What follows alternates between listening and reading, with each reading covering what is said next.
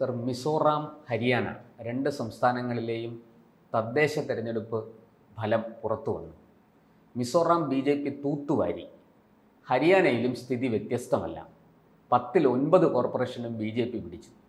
അതിൽ 7 വനിതകളെ മേയർമാരാക്കി. പക്ഷേ ഇത് നമ്മുടെ കേരളത്തിലെ മാധ്യമങ്ങളൊന്നും ഇത് ചർച്ച ചെയ്തിട്ടില്ല.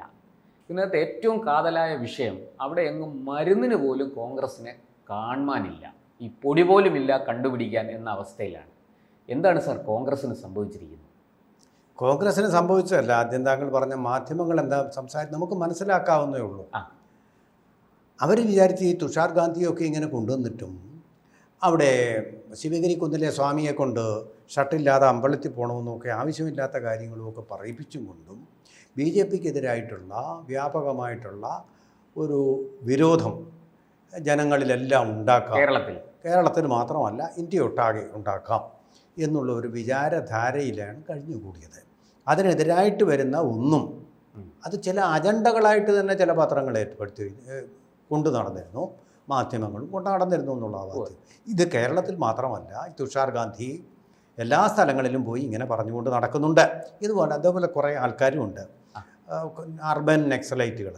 എങ്ങനെയെങ്കിലും BJPയെ ഉച്ചാടനം ചെയ്യാൻ വേണ്ടി RSS ആണ് ലോകവ്യാപകമായി നടക്കുന്ന ഈ യുദ്ധങ്ങൾക്കും ഈ കൊള്ളരുതായ്മകൾക്കും അക്രമങ്ങൾക്കും സകല കുഴപ്പങ്ങൾക്കും കാരണം RSSൻ്റെ വിഷമാണ് എന്നൊരു വിചാരധാര ഇങ്ങനെ പരക്കെ വ്യാപിപ്പിച്ചുകൊണ്ടിരിക്കുകയാണ്. അപ്പോൾ ആ നറേറ്റീവിൻ്റെ ഫലമായിട്ട് BJP ഒതുങ്ങി കാണും എന്നാണ് വിചാരിച്ചിരിക്കുന്നത്. കൂടാതെ വളരെ പ്രധാനപ്പെട്ട ഒരു സവിശേഷത, മണിപ്പൂരിനെ ആധാരമാക്കിക്കൊണ്ട് ധാരാളം നറേറ്റീവുകൾ, ക്യാപ്സ്യൂളുകൾ പ്രചരിപ്പിക്കപ്പെട്ടിരുന്നു. അവിടെ 2 ഗോത്ര വിഭാഗങ്ങൾ തമ്മിൽ അവരുടെ കുടിപ്പക തീർക്കുക എന്നുള്ള സംഭവം ഇന്നോ ഇന്നലെയോ സംഭവിച്ചതല്ല. ബ്രിട്ടീഷുകാർ ഭരിക്കുമ്പോഴുണ്ട്, കോൺഗ്രസ് ഭരിക്കുമ്പോൾ ധാരാളമായിട്ടുണ്ടായിരുന്നു. അതിനുശേഷവും തുടർന്നുകൊണ്ടിരുന്ന ഒരു പ്രക്രിയയാണ്. സബ് ആഫ്രിക്കൻ രാജ്യങ്ങളിലെ, അതുപോലെ പണ്ട് ഇസ്ലാം വരുന്നതിന് മുമ്പ് അറേബ്യൻ രാജ്യങ്ങളിൽ, ഇപ്പോഴും ആഫ്രിക്കയിലെ ചില രാജ്യങ്ങളിൽ ഉള്ള ഗോത്രപ്പകകൾ അതിൻ്റെ ഭാഗമാണ് ഇപ്പോഴും അവിടെ തുടർന്നുകൊണ്ടിരിക്കുന്ന ആ കലഹങ്ങളൊക്കെ തന്നെ. ചെറിയ ഉദാഹരണത്തിന് ഗോത്ര കലാപം അൾബൈറ്റ്സ് എന്ന് പറയുന്ന മുസ്ലിം വിഭാഗത്തിന് ഒതുക്കുന്നു അവിടുത്തെ സുന്നി വിഭാഗത്തിൽപ്പെട്ട മുസ്ലിങ്ങൾ. അതിൻ്റെ തുടർച്ച പ്രക്രിയകളാണ് നടന്നുകൊണ്ടിരിക്കുന്നത്. അത്തരത്തിലുള്ള തുടർ പ്രക്രിയയായിരുന്നു മണിപ്പൂരിൽ നടന്നത്. ഈ പ്രാവശ്യവും വ്യത്യാസമൊന്നുമില്ല. പക്ഷേ BJP ഗവൺമെൻറ് കേന്ദ്രം ഭരിക്കുന്നു എന്നുള്ള ഒരു പാപം കൊണ്ട് അല്ലെങ്കിൽ കുറ്റം കൊണ്ട് BJP അവിടെ ക്രിസ്ത്യാനികളെ വംശഹത്യ ചെയ്യുകയാണ്, ഉന്മൂലനം ചെയ്യുകയാണെന്ന പുതിയ തിയറിയും സിദ്ധാന്തവുമായിട്ട് രംഗപ്രവേശം ചെയ്തു. അപ്പോൾ അതുകൊണ്ടാണ് മിസോറാമിലെ തെരഞ്ഞെടുപ്പ് വളരെ പ്രധാനമാകുന്നത്. എന്ന് വെച്ചാൽ തൊട്ടടുത്ത സംസ്ഥാനങ്ങളാണ് മിസോറാമും അതുപോലെ മണിപ്പൂരും. പൂർവാഞ്ചലത്തിലെ സുന്ദരമായ 2 സംസ്ഥാനങ്ങൾ, അതിൻ്റെതായിട്ടുള്ള ട്രഡിഷൻ, എല്ലാം ഗോത്രവർഗ്ഗക്കാരായിരുന്നു. ആ ഗോത്രവർഗ്ഗക്കാരെ പരിവർത്തനം ചെയ്ത് ക്രിസ്ത്യാനികളാക്കി. അങ്ങനെ ബാക്കിയുള്ള ഗോത്രവർഗ്ഗക്കാർ ശരിയായിട്ടുള്ളവരുടെ ശതമാനം 2% മാത്രം. ആ 2%മാണ് അവർ ഹിന്ദുക്കളായിട്ടുള്ളത്. എന്ന് പറഞ്ഞാൽ പൂർവം കാലത്ത് അവിടെ ഉണ്ടായിരുന്നത് ഹിന്ദുക്കൾ മാത്രമായിരുന്നു. അവരെയാണ് കൺവേർട്ട് ചെയ്തത്, കുഴപ്പമില്ല. പക്ഷേ ഈ കൺവേർട്ട് ചെയ്ത പരിവർത്തിത ക്രിസ്ത്യാനികൾ തന്നെ മണിപ്പൂരിൽ ഇത്രയധികം പ്രചാരം നടന്നിട്ടും BJPക്കെതിരായിട്ട് അവർ ക്രിസ്ത്യൻ വിരുദ്ധരാണെന്നുള്ള പ്രചാരം ലോകവ്യാപകമായിട്ട് നടന്നിട്ടും മിസോറാമിലെ ജനങ്ങൾ വമ്പിച്ച ഭൂരിപക്ഷത്തോടു കൂടി, ഒരിക്കലും BJPക്ക് അവിടെ കിട്ടാത്ത ഭൂരിപക്ഷത്തോടു കൂടി അധികാരത്തിലെത്തിയിരിക്കുക. പണ്ട് സഖ്യകക്ഷികളുടെ സഹായത്തോട് മാത്രം ഭരിച്ചിരുന്ന BJPക്ക് ഇന്ന് ഒറ്റയ്ക്ക് മിസോറാം ഭരിക്കാവുന്ന ഒരു സ്ഥിതിയിലേക്കാണ് കാര്യങ്ങൾ പോയിരിക്കുന്നത്. എന്ന് പറഞ്ഞാൽ ഈ മിസോറാമിലെ 87% ക്രിസ്ത്യൻ ജനസംഖ്യ. അവിടെയാണ് BJPക്ക് വലിയ 2% ഹിന്ദുക്കൾ 2%, മുസ്ലിങ്ങൾ 2%. ഹിന്ദു പാർട്ടിയാണ് BJP എന്ന് പറഞ്ഞിട്ട് കാര്യമുണ്ടോ? ഗോവ നേരത്തെ തന്നെ ഉദാഹരണം നൽകിയിട്ടുണ്ട്. എന്നതുകൂടാതെ ഏതാണ്ട് 366 തദ്ദേശ ഭരണ സ്ഥാപനങ്ങളാണ് BJP കൈയടക്കിയിരിക്കുന്നത്. മറ്റു പാർട്ടികളൊക്കെ വളരെ താഴെയാണ്. 2 ഡിജിറ്റിൽ മറ്റ് പാർട്ടികൾ നിൽക്കുമ്പോൾ ഇവർ 3 ഡിജിറ്റിലേക്ക് കടന്നു കയറിക്കുന്ന ഒരേ ഒരു പാർട്ടി BJPയാണ്. അപ്പോൾ BJPക്ക് ഒറ്റയ്ക്ക് അവിടെ ഭരിക്കാം. നേരത്തെ കൂട്ടുകെട്ടുകളിലൂടെയാണ് ആ സംസ്ഥാനം ഭരിച്ചിരുന്നതെങ്കിൽ ഒറ്റയ്ക്ക് ഭരിക്കാനുള്ള ഭൂരിപക്ഷം സ്വന്തമാക്കിക്കൊണ്ട് അവിടെ വലിയൊരു റെക്കോർഡ് വലിയൊരു ചരിത്രം അവർ സൃഷ്ടിച്ചിരിക്കുകയാണ്. പണ്ട് കോൺഗ്രസ്സിന് മാത്രം കഴിഞ്ഞിരുന്ന തിളക്കമാർന്ന വിജയം ഇപ്പോൾ അവർ സ്വന്തമാക്കി കഴിഞ്ഞുകൊണ്ട് അതെ പൂർവാഞ്ചലത്തിൽ അവരുടെ തൊപ്പി ഒരു തൂവൽ കൂടി തീർത്തിരിക്കുകയാണ്. മിസോറാമിലേത് വടക്ക് കിഴക്കൻ സംസ്ഥാനങ്ങളിൽ തല ഉയർത്തി നിൽക്കുക അതെ ഒരു ലക്ഷണം മാത്രമാണ്. നാഗാലാൻഡ്, മണിപ്പൂർ അങ്ങനെയുള്ള തെരഞ്ഞെടുപ്പുകൾ വരുമ്പോഴും, പിന്നെ ത്രിപുര ആൾറെഡി അവരുടെ ആയിക്കഴിഞ്ഞു, ഇനി അടുത്തതായിട്ട് ബംഗാളിൽ വരുമ്പോഴും, അസമിൽ ആൾറെഡി ആയിക്കഴിഞ്ഞു. അതെ ആ പൂർവാഞ്ചലം മുഴുവൻ ആക്ട് ഈസ്റ്റ് എന്നുള്ള പോളിസി അതെ അതെ അതെ അത് നയതന്ത്ര തലത്തിൽ മാത്രമല്ല പൊളിറ്റിക്കലായിട്ട് കൂടി രാഷ്ട്രീയമായിട്ട് കൂടി അവർ നടപ്പാക്കിക്കൊണ്ടിരിക്കുകയാണ്. അവരിൽ 100% വിജയം ഞാൻ പറയും. 100% വിജയം ആണ് കൈവരിച്ചിരിക്കുന്നത്.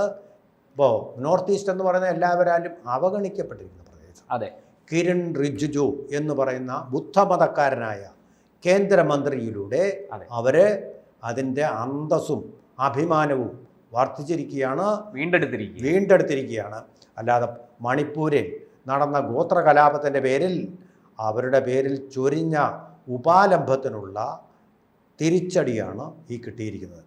ഇന്ന് ആദ്യമായിട്ടാണ് ഒരു ബുദ്ധമതസ്ഥൻ നമ്മുടെ മന്ത്രിസഭയിൽ അംഗമാണ്. അതാണ് കിരൺ റിജിജു, നോർത്ത് ഈസ്റ്റുകാരൻ. കാര്യങ്ങളെല്ലാം വളരെ ഭംഗിയായിട്ട് പഠിച്ച് മറുപടി കൊടുക്കുന്ന പാർലമെന്റേറിയൻ മാത്രമല്ല മന്ത്രിയുമാണ്.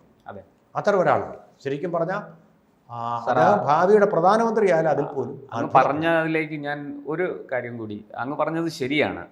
516 സീറ്റിൽ BJP 366 നേടി ഈ വില്ലേജ് കൗൺസിലിലേക്ക്. 3 സംഖ്യ എന്നങ്ങ് പറഞ്ഞത് ശരിയാണ്. പക്ഷേ ഈ സോറം എന്ന് പറയുന്ന പ്രതിപക്ഷ അവിടുത്തെ ഒരു കക്ഷിക്ക് 81 സീറ്റേ നേടാൻ കഴിഞ്ഞുള്ളൂ. അതുപോലെ MNF-ന് 45 സീറ്റ് കിട്ടി. MNF-ന് 45 ഉള്ളൂ. 45 സീറ്റ്. അതെ അതെ അതെ. കോൺഗ്രസിന്റെ ഗതിയാണ് നമുക്ക് വലിയ ആശ്ചര്യപ്പെടുത്തുന്നത്. വെറും 2 സീറ്റിലാണ് ഈ 516 സീറ്റിൽ ആകെ ഉള്ള സീറ്റുകളിൽ അവർ 2 സീറ്റിലാണ് ജയിച്ചിരിക്കുന്നത്. മൊത്തത്തിലുള്ള നമ്മുടെ ഈ അവർ പറയുന്നത് ചക്മ ഗ്രാമ കൗൺസിൽ എന്നാണ് പറയുന്നത്. വില്ലേജ് കൗൺസിൽ എന്ന് നമുക്ക് ഗ്രാമപഞ്ചായത്ത് എന്നൊക്കെ നമ്മൾ പറയുന്നത് പോലെ അത് 88 എണ്ണത്തിൽ 64 ഇടത്തും BJP നേടി. ഈ സോറം പീപ്പിൾസ് മൂവ്മെന്റ് ആണ് 2ാം സ്ഥാനത്ത് നിൽക്കുന്നത്. പിന്നെ കോൺഗ്രസിനാകട്ടെ ഒരു കൗൺസിലും ഭൂരിപക്ഷം കിട്ടിയില്ല. അതായത് ഒരു കൗൺസിലും ഭരിക്കാൻ കോൺഗ്രസിന് സാധിക്കില്ല. അതെന്താണെന്ന് അറിയാമോ?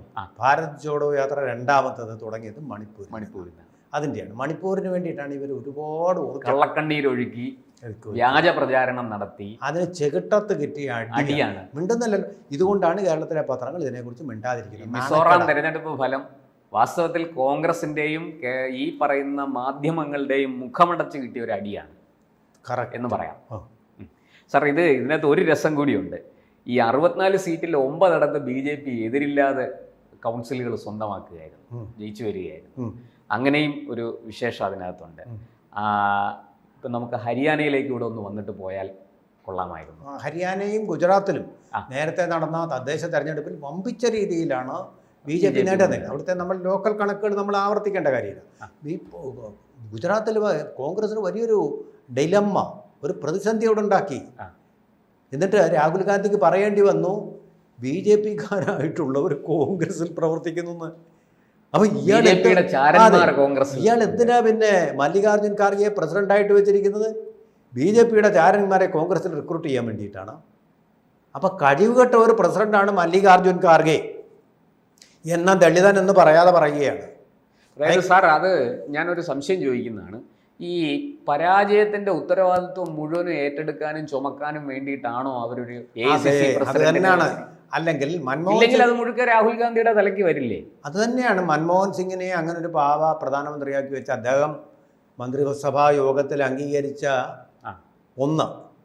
ഒരു തീരുമാനം വലിച്ചു കയറി കളഞ്ഞില്ലേ? നീ ഇത്രയ്ക്കേ ഉള്ളൂ എന്ന് പറയുന്ന പോലെ. അത് വാസ്തവത്തിൽ അതൊരു കുറ്റമാണ്. ഓർഡിനൻസ് കീറി എറിയുക, അതൊരു പാർലമെന്റ് അംഗം തന്നെ. അതുപോലെ ഇപ്പൊ വലിച്ചു കീറി ഒട്ടിച്ചിരിക്കുക മല്ലികാർജുൻ ഖാർഗെ. നീ ഇങ്ങനെ കോൺഗ്രസ് പ്രസിഡന്റ് എന്ന് പറഞ്ഞ് നീ ഇവിടെ ഗുജറാത്തിൽ നമ്മുടെ പാർട്ടി വിരുദ്ധരെയാണ് പാർട്ടിക്കകത്ത് എടുത്ത് വെച്ചിരിക്കുന്നത് എന്ന് പറയാതെ പറഞ്ഞിരിക്കുക. വലിച്ചു കീറി അങ്ങേരെ ഇതിപ്പോൾ ഒരു നാണക്കേട്. അതിൽ രാജിവെച്ച് പോകണം അന്തസ്സുള്ള മനുഷ്യനാണെങ്കിൽ. വലിച്ചു കീറി ഭിത്തിയിലെടുത്ത് ഒട്ടിച്ച് വെച്ചിരിക്കുക ഈ പ്രാവശ്യം. മറ്റേത് പരസ്യമായിട്ട് പേപ്പർ കീറിയിരുന്നെങ്കിൽ ഇതിപ്പോൾ രഹസ്യമായിട്ട് മല്ലികാർജുൻ ഖാർഗെ എന്ന പേപ്പർ പ്രസിഡന്റിനെ, പേപ്പർ വെയിറ്റ് എന്ന് വേണമെങ്കിൽ പറയാം, വലിച്ചു കീറി ഒട്ടിച്ച് കളഞ്ഞിരിക്കുക. കഷ്ടം. സർ അതുപോലെ എന്നാലും ഗാന്ധി കുടുംബത്തിന് കുറ്റമില്ല കേട്ടോ. ഗാന്ധി കുടുംബത്തിന് അവരെ- പരിക്കൊന്നുമില്ല. പിന്നെ. അതെ, ഈ തോൽവിയുടെ ഉത്തരവാദിത്വം അവർക്കില്ലേ? പിന്നെ ദളിതനല്ലേ അതിന് അടികൊള്ളാൻ വേണ്ടി, പണ്ട് അടികൊള്ളാൻ വേണ്ടി പിന്നെ മുക്കൂട്ട് കൊടുക്കാൻ വേണ്ടി അതെ. പണ്ട് മാടമ്പിമാര് ദളിതരെ ഇത്തരത്തിലുള്ള ആൾക്കാരെ അതെ ദേഷ്യം വരുമ്പോൾ ദളിതനിട്ട് 2 ഇടി അടിക്കും, പിന്നെ കുറച്ച് മുക്കൂട്ട് കൊടുക്കും. അങ്ങാടിയിൽ തോറ്റാൽ അതിന് വേണ്ടി വെച്ചിരിക്കുക അദ്ദേഹത്തിന്. കഷ്ടം. സാർ, ആ ഹരിയാനയിലെ കാര്യം കൂടി ഒന്ന്. 10 കോർപ്പറേഷൻ സീറ്റിൽ 9 BJP ജയിച്ചു. അതിൽ 7 വനിതാ മേയർമാരെയാണ് ആക്കിയിരിക്കുന്നത്. BJP നൽകുന്ന സന്ദേശം എന്താണ്? അതുകൂടെ ഒന്ന് പറഞ്ഞ് അവസാനിപ്പിച്ചാൽ. അതാണ് ഞാൻ പറഞ്ഞ പോലെ വനിതാ ബില്ല് പാസ്സാക്കിയത് അവരാണ്. വനിതാ മേധാവിത്വം കൂടുതലായിട്ടും എല്ലാ രംഗത്തും വരികയാണ്. വിമാനം ഓടിക്കുന്നത് ഇപ്പോൾ വനിതകൾ, തീവണ്ടി ഓടിക്കുന്നത് വനിതകൾ, ലോക്കോ പൈലറ്റുമാരായിട്ട് വനിതകളെ നിയോഗിച്ചു. ഇപ്പൊ വിഴിഞ്ഞത്ത് തന്നെ നോക്കൂ, കമാൻഡോമാരായിട്ട് വനിതകളെ നിയോഗിച്ചു. പട്ടാളത്തിലുണ്ട്, നേരത്തെ തന്നെ ആയതാണ്. നേരത്തെ ഈ ഗവൺമെന്റ് വരുന്നതിന് മുമ്പ് തന്നെ ആയിട്ടുണ്ട്, പക്ഷെ ഇപ്പോൾ കൂടുതലായി. അതുപോലെ വിഴിഞ്ഞത്ത് വളരെ പ്രയാസം പിടിച്ച ജോലികൾ ചെയ്യാൻ അദാനി പോർട്ട് ഗ്രൂപ്പ് തന്നെ വനിതകളെ ചെയ്ത് വനിതകൾ, അതാരെന്നറിയാമോ? വിഴിഞ്ഞത്തുള്ള മത്സ്യത്തൊഴിലാളികളുടെ മക്കൾ. അത് വന്നതുകൊണ്ട് അവർ വലിയ നേട്ടം കൈവരിച്ചിരിക്കുകയാണ്, വലിയ സന്തുഷ്ടരാണ്. ഇതൊന്നും കേരളത്തിലെ പത്രങ്ങൾ പറയില്ല. ഇതൊക്കെ നടന്നുകൊണ്ടിരിക്കുകയാണ് ഇവിടെ. പക്ഷെ ജനങ്ങൾ ഇത് അറിയുന്നുണ്ട്, അവരത് ഏറ്റെടുക്കുന്നുണ്ട്, അനുഭവിക്കുന്നവരെ വിജയിപ്പിച്ച് കൊണ്ടുവരുന്നു. ഇത് ഈ നേട്ടം കൊയ്തവരത് അറിയുന്നുണ്ടല്ലോ. അതെ, അവരറിയും. ഈ പത്രങ്ങൾ എത്ര തമസ്കരിച്ചാലും മൂടി വെച്ചാലും, എന്നിട്ടാണ് ഇവരാണ് പത്രസ്വാതന്ത്ര്യത്തിൽ കൈകടത്തു എന്ന് പറയുന്നത്. വാസ്തവത്തിൽ ജനങ്ങളുടെ അറിയാനുള്ള അഭിലാഷത്തിൻ്റെ പൂർത്തീകരണമാണ് മാധ്യമങ്ങൾ. ജനങ്ങളുടെ അറിയാനുള്ള അവകാശം തടയുകയാണ് ഇങ്ങനെയുള്ള പോസിറ്റീവ് വാർത്തകൾ കൊടുക്കാതിരിക്കുവരി മാധ്യമങ്ങൾ ചെയ്തു. കൂടുതൽ വാർത്തകളും വിശേഷങ്ങളും നിങ്ങളിലേക്ക് എത്താൻ ABC മലയാളം സബ്സ്ക്രൈബ് ചെയ്യുക, ബെൽ ബട്ടണും അമർത്തുക.